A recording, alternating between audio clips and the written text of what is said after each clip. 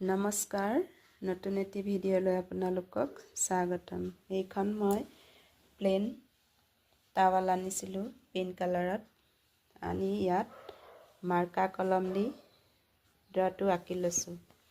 তাৰপিছতে এয়া flat brush লাগিব। এয়া ফ্লেট ব্ৰাছ দি অকণমান হাৰ্ড হ'ব লাগে টাৱালত ফেব্ৰিক কৰিবলৈ।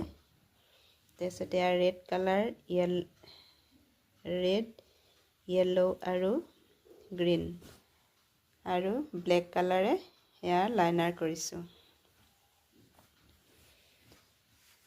টাৱালখন ফেব্ৰিকটো ফুলটো কেনেকুৱা হৈছে আপোনালোকে কমেণ্টত জনাবচোন। ভাল লাগিলে লাইক কমেণ্ট শ্বেয়াৰ কৰিব আৰু মোৰ ইউটিউব চেনেলটো শেৱালি বৰদলৈ ছাবস্ক্ৰাইব কৰি দিব।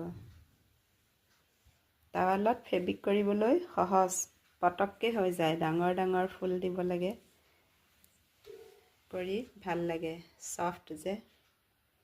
বেছি ফেব্ৰিক নালাগেই, টাইমো কম লাগে।